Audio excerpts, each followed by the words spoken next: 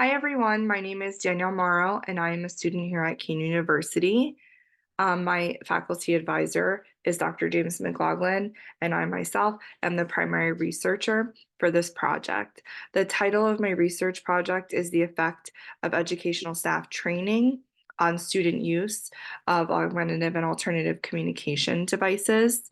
The reason that I chose to do this research is because I am a special education teacher and I do work with the autistic population. And one of the most challenging aspects for students and people with autism spectrum disorder is the ability to communicate for both nonverbal learners and those that have limited verbal language skills. And this communication barrier affects their ability to function both socially and academically in the school setting, in the classroom. So, what my research was essentially was looking at teachers and other related services professionals, such as speech language pathologists, background and knowledge in AAC devices that they may have gained in their pre-service training program at their college or university, as well as any in-service training that they may have received in district, and how this related to their expertise and their confidence when working hands-on with their students who use AAC devices. I also looked at their perspective on the use of AAC devices in the classroom and whether or not they felt that the use of AAC devices was effective for their students in a school-based setting. The information obtained from these surveys was hoped to help college or universities identify any gaps that they may have within their programs to prepare future teachers and related service professionals, as well as on the district side of things, identifying district needs and ways that they could better support staff members who work with students who use AAC devices. So the methods and materials, it was a Google form survey that I gave out to the employees within the Spotswood School District, where I am currently an employee as well.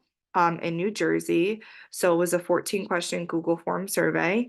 I had 14 employees who participated in the survey, and the survey consisted of yes or no, multiple choice, and short answer questions, as well as Likert scales. The questions focused on the participants' training background, their professional knowledge, and experience with using high-tech AAC devices with their students. And then the research was conducted to analyze those levels of pre-service and in-service trainings that they may or may not have received, and again, how that related to their ability to work with their students in the classroom. The data that I analyzed was represented in graphs and tables, as you can see in the center of my poster.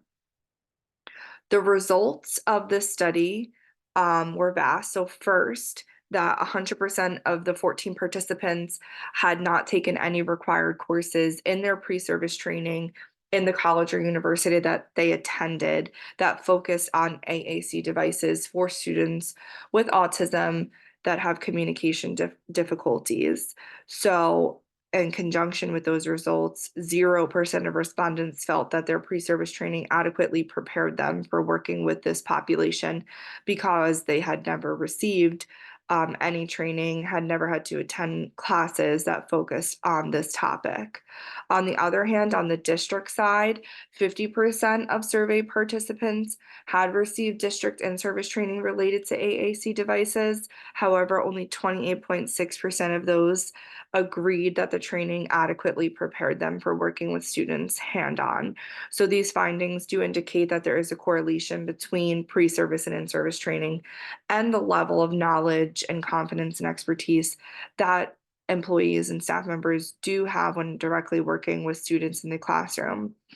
The majority of teachers surveyed found that AAC devices were at least moderately effective, and they saw a variety of improvements in their students. The largest percentage of improvements that they reported were decreased communication frustration, increased functional communication, and that the device acted as a voice for nonverbal learners.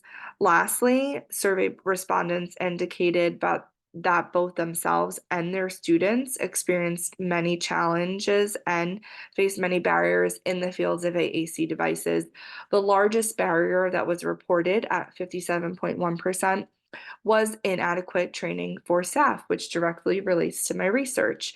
So, overall, with the increase in students with autism that we see and the need for AAC devices, this study clearly shows the need for continued research related to the potential benefits of such devices and the restructuring of pre service and in service programs to support these changes that we are seeing in the educational field. Thank you so much for listening to my presentation, and I hope you all enjoy research days.